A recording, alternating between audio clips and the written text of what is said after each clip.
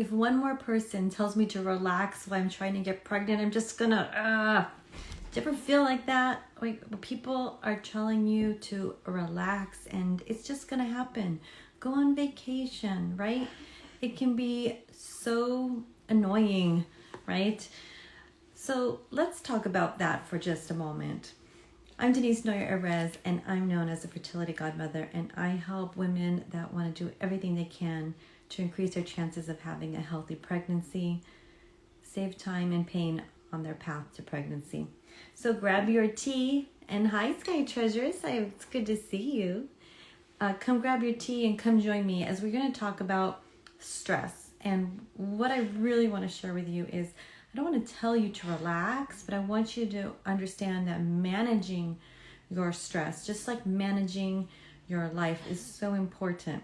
And I understand that every month it feels like, you have to get the strength to come up, to build up again and to go again.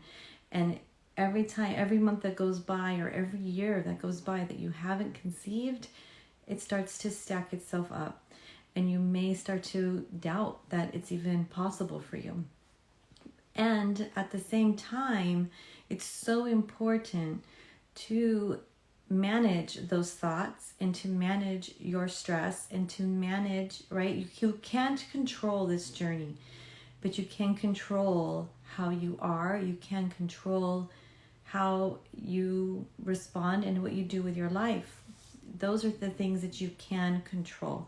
So today I want to just give you 2 exercises that you can start implementing right now to make a big difference in how you feel and to manage stress. But before I do that, I want to just say stress. So a lot of the people that I work with, you start to get stressed about not being stressed, right? So I want you to know that it doesn't have to be this perfect opening all the time, right? It doesn't have to be that way. You can be afraid. You can feel stress. Where it becomes a problem is when you are in constant stress, even if it's not about fertility, if it's something else going on in your life, because there's more than just you wanting to have a baby going on in your life. So it could be another external factor that's happening that's causing you constant stress. So the best way is for you to try to manage your reactions, right? Your stress response, because when things happen and stress accumulates, think about it. When you're like really upset, everything is constricted, right? Nothing is flowing. And also, it makes it more difficult to make decisions. It makes it more difficult to enjoy and be present with the people that you're with, the people that are in your life right now. It makes everything much more difficult to do when you're in that constant state of that flight or I can't say it. The fight or flight. Why was I starting to say fright? I guess because it's frightening. The fight or flight syndrome, right? Where you're like this intense, okay? Everything is firing really fast. If things constrict, blood constricts, and you're not in the state of flow. And then the decision making, it makes everything much more hard. And I don't know about you, have you ever had something happen and then you start stacking, right? This happened and that happened. All these things start to happen, and then all of a sudden it starts to feel really, really heavy. So one thing I want to just invite you to be mindful of is the language that you're using when you're talking to yourself or when you're talking to others. Hi, Lori. Or when you're talking to others as well. The language, especially the language the things you say to yourself in your mind, right? Are you choosing words that are gentle and supportive the way you probably would with one of your best, closest friends? Or are you being really hard on yourself and starting to put yourself down and maybe even creating some self-doubt? So the words that you use are the ones that are going to describe your future. They're describing how you are right now. They're going to be describing what your future is. So really be mindful of how the words that you choose and catch them. And when you catch them, you can change them. So it's a practice, right? It's not perfect now. It's always about progress.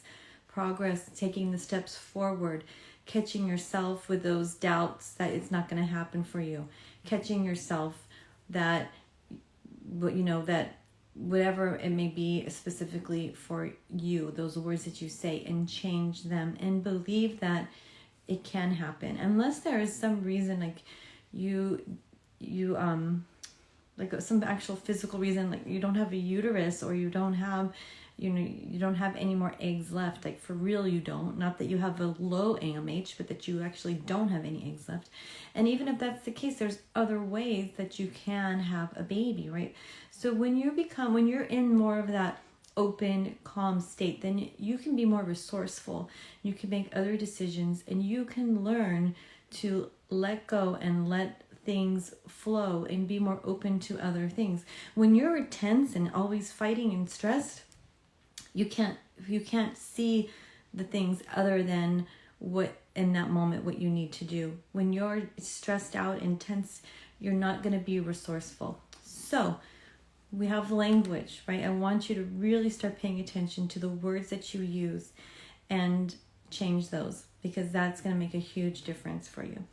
The second thing is really just taking a moment to take a breath, right? And there's this technique I learned from my friend Lauren Brown, where he calls it the 4-4-8.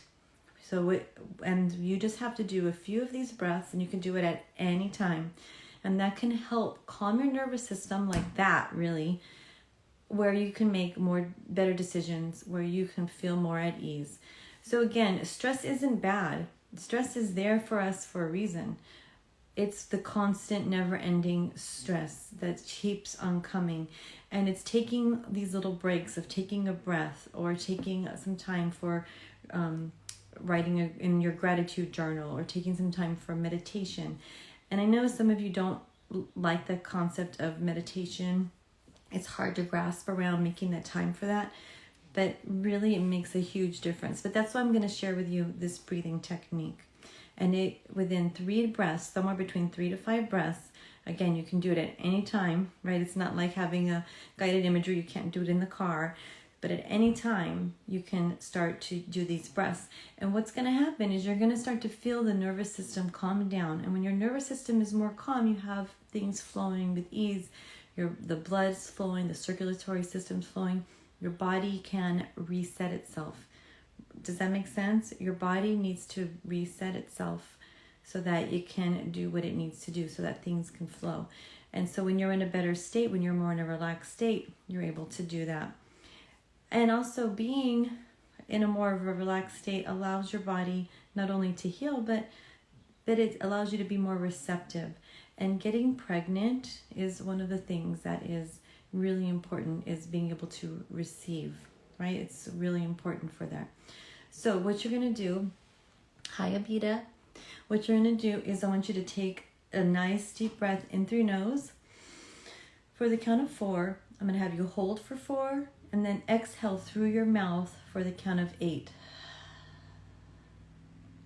So you breathe in through your nose. And I want you to put your tongue to the roof of your mouth behind your teeth, right up there. And I want you to breathe in for 4, hold for 4, and exhale for 8. So I know there's a lot of different breathing techniques out there, but this particular breathing technique works within 3 to 5 breaths. And you can do it at any time, anywhere.